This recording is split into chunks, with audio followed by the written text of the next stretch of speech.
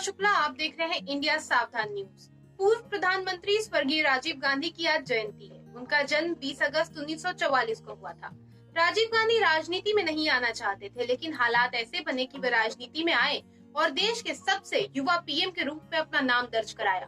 प्रधानमंत्री रहते हुए राजीव गांधी ने 21वीं सदी के आधुनिक भारत की निर्माण की नींव रखी थी, जिसका फायदा आज भी देश के लोग उठा रहे हैं। राजीव गांधी ने power to the people idea को देश की पंचायती राज व्यवस्था को लागू करवाने की दिशा में कदम बढ़ाकर देश के लोकतंत्र को सशक्त बनाने का काम किया था। 1989 में एक प्रस्ताव पास कराकर पंचायती राज को संवैधानिक दर्जा दिलाने की दिशा में कोशिशें की थी।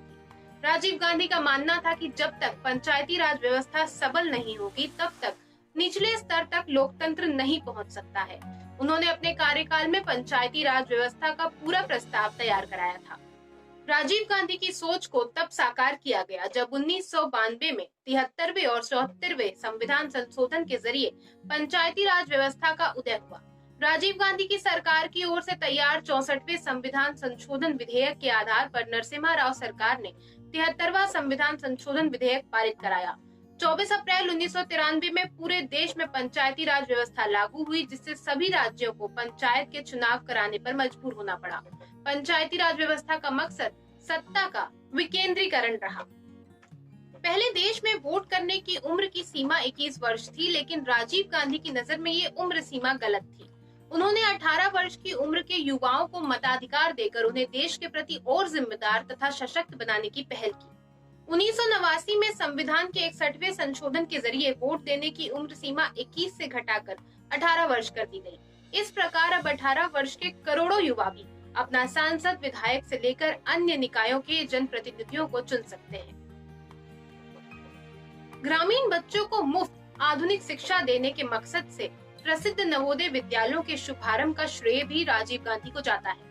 मौजूदा समय में देश में 551 नवोदय विद्यालयों में से 1.5 लाख से अधिक छात्र पढ़ाई कर रहे हैं। गांवों के बच्चों को भी उत्कृष्ट शिक्षा मिले, इस सोच के साथ राजीव गांधी ने जवाहर नवोदय विद्यालयों की नींव डाली थी।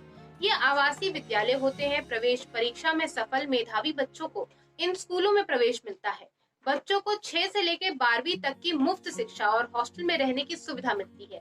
राजीव गांधी ने शिक्षा के क्षेत्र में क्रांतिकारी उपाय किए। उनकी सरकार ने 1986 में राष्ट्रीय शिक्षा नीति की घोषणा की। इसके तहत पूरे देश में उच्च शिक्षा व्यवस्था का आधुनिकीकरण और विस्तार हुआ। राजीव गांधी ने प्रधानमंत्री रहते हुए सरकारी कर्मचारियों के लिए 1989 में 5 दिन के काम का प्रावधान भी लागू करवाया था। इसके पीछे उनका मकसद लोगों को आराम देकर सरकारियां छुट्टियां कम करने का था। राजीव गांधी ने दफ्तर बंद होने का समय 5 से 6 कर दिया था, ताकि ज्यादा से ज्यादा काम हो सके, और इसके बदले में उन्होंने कर्मचारियों को सप्ताह में 2 दिन, शनिवार और रविवार का अवकाश दिया।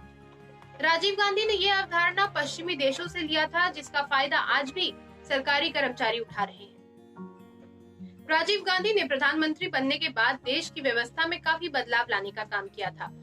राजीव सरकार ने शिक्षा मंत्रालय को मानव संसाधन विकास मंत्रालय में तब्दील किया था और पीवी नरसिम्हा राव को इस मंत्रालय की कमान सौंपी थी। इसके अगले वर्ष 1986 में नई राष्ट्रीय शिक्षा नीति लागू की गई। इसके तहत पूरे देश में उच्च शिक्षा व्यवस्था की आधुनिकीकरण और विस्तार हुआ।